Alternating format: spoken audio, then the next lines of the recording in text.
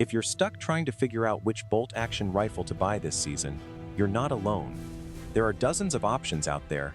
Every brand claims to be the best, and most of the marketing just tells you what you want to hear instead of what you actually need to know.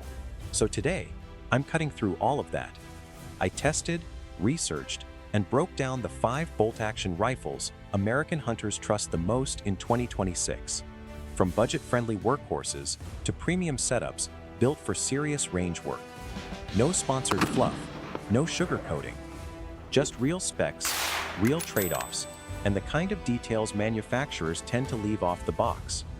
By the end of this video, you'll know exactly which one fits your budget, your hunting style, and what you should actually expect once you take it out of the case.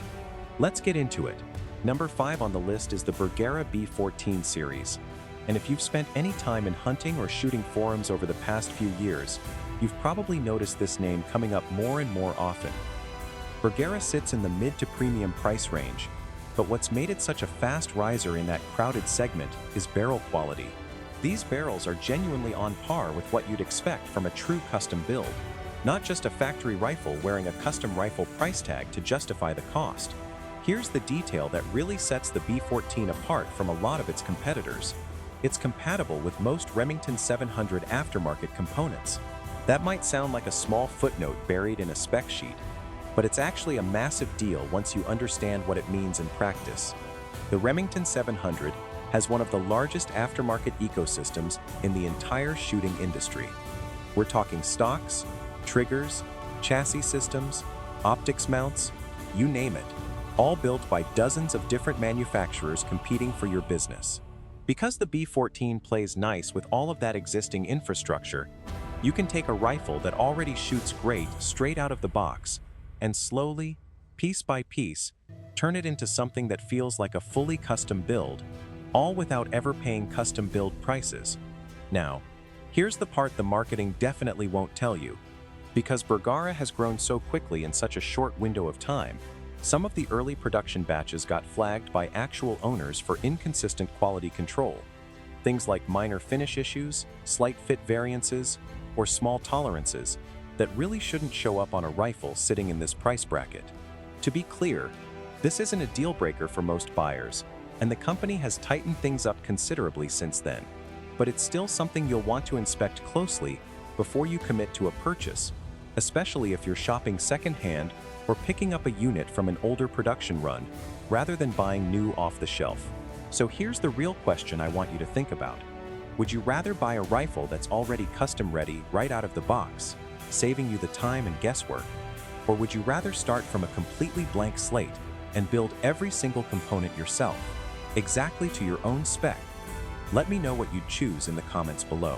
Number 4 on the list is the Browning X-Bolt, along with its updated version, the X-Bolt 2, and this one firmly belongs in the premium segment.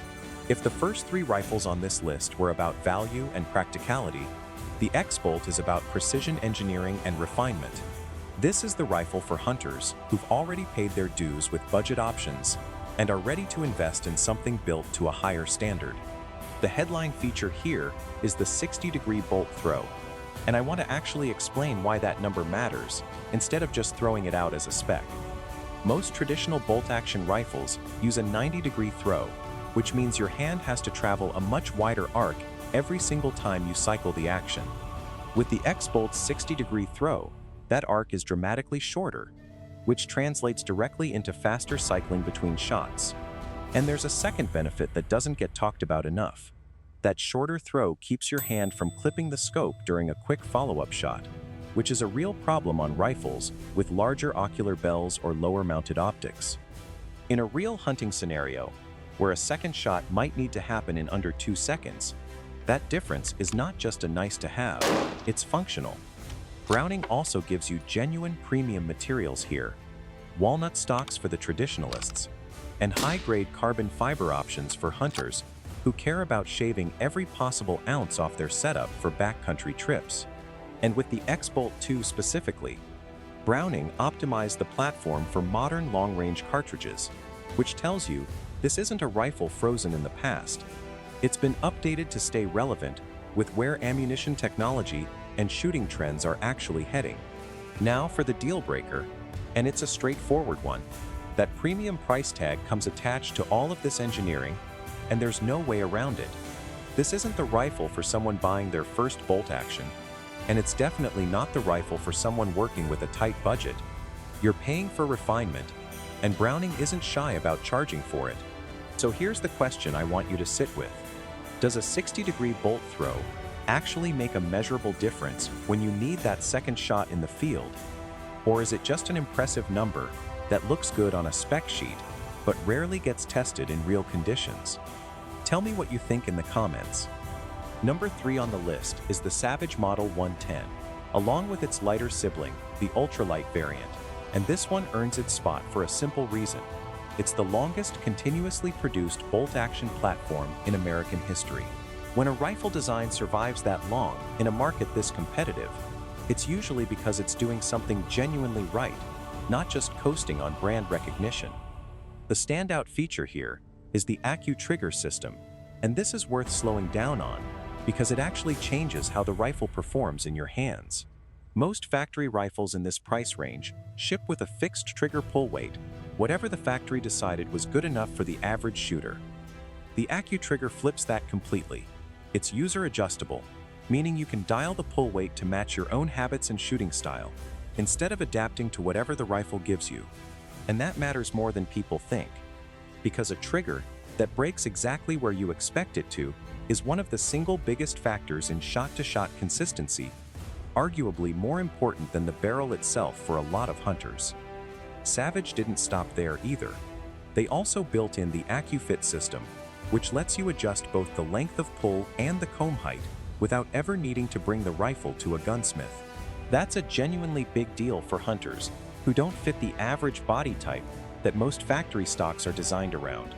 Taller shooters, shorter shooters, anyone wearing heavy layers in cold weather who needs a slightly different fit than they would in summer.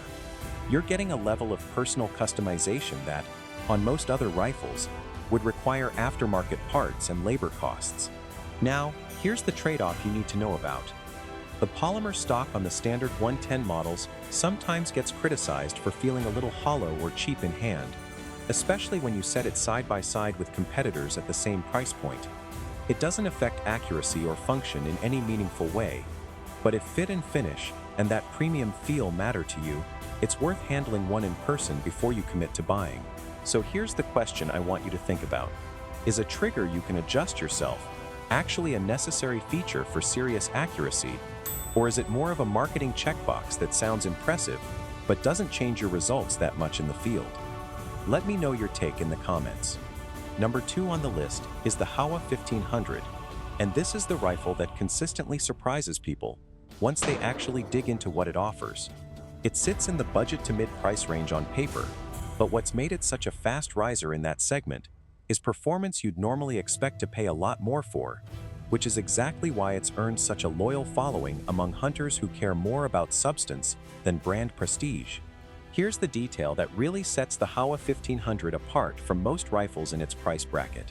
It comes with a 2-stage hacked trigger, that's Howa actuator-controlled trigger, delivering a light pull with essentially zero creep, paired with a true 3-position safety that locks down both the action and a chambered round at the same time. A clean, predictable trigger break, combined with that level of safety control, is normally reserved for rifles costing 2 or 3 times as much, not a budget-friendly option like this one. Now, here's the part that really separates the Howa 1500 from almost everything else on this list. Underneath all of that sits a cold hammer-forged barrel, the same process used in a lot of high-end precision rifles, giving you long-term consistency a standard barrel just can't match. And on top of that, you've got an enormous ecosystem built around this one core action: the Hogue stock, the HCR chassis, the Superlight, the newer Fenceline series, all letting you start with a basic hunting setup and work your way up to something closer to a long-range build, without ever switching platforms.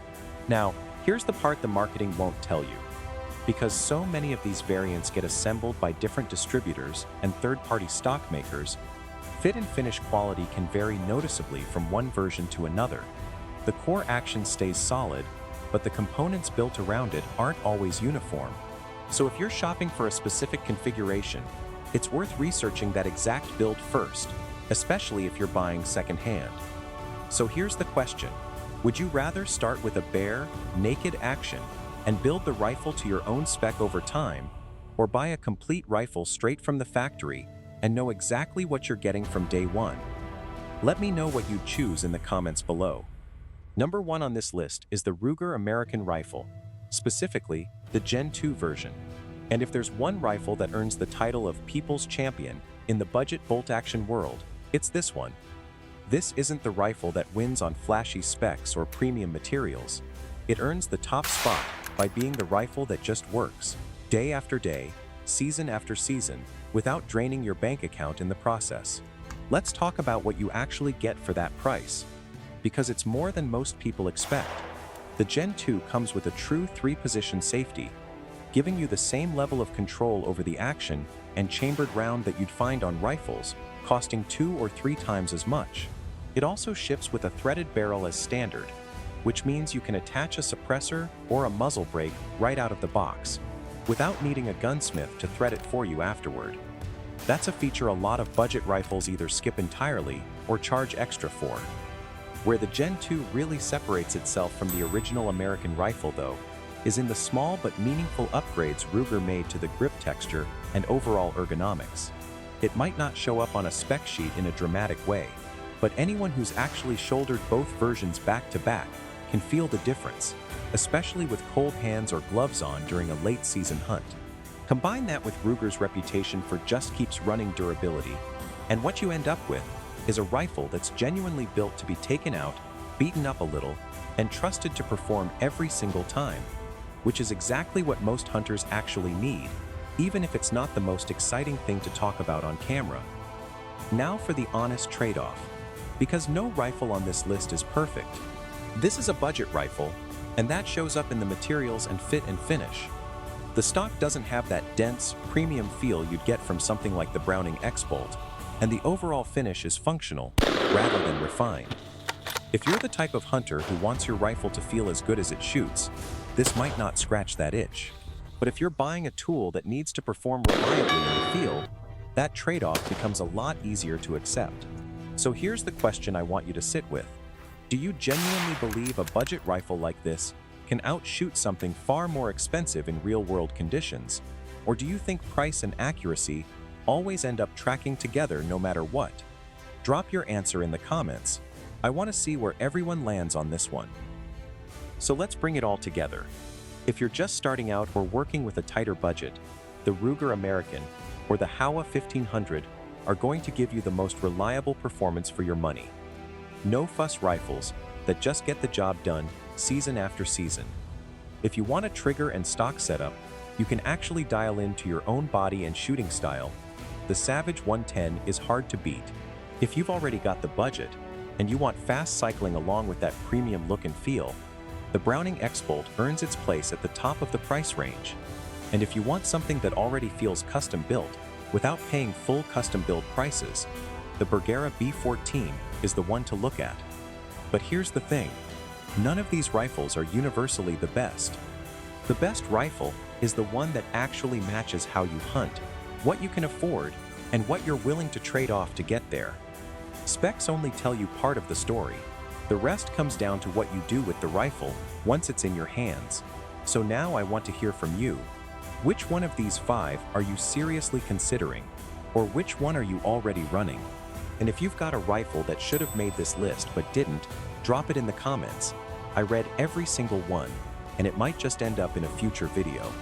If this breakdown helped you make sense of your options, hit that like button, subscribe to Apex Ballistics for more independent, no-fluff technical reviews, and I'll see you in the next one.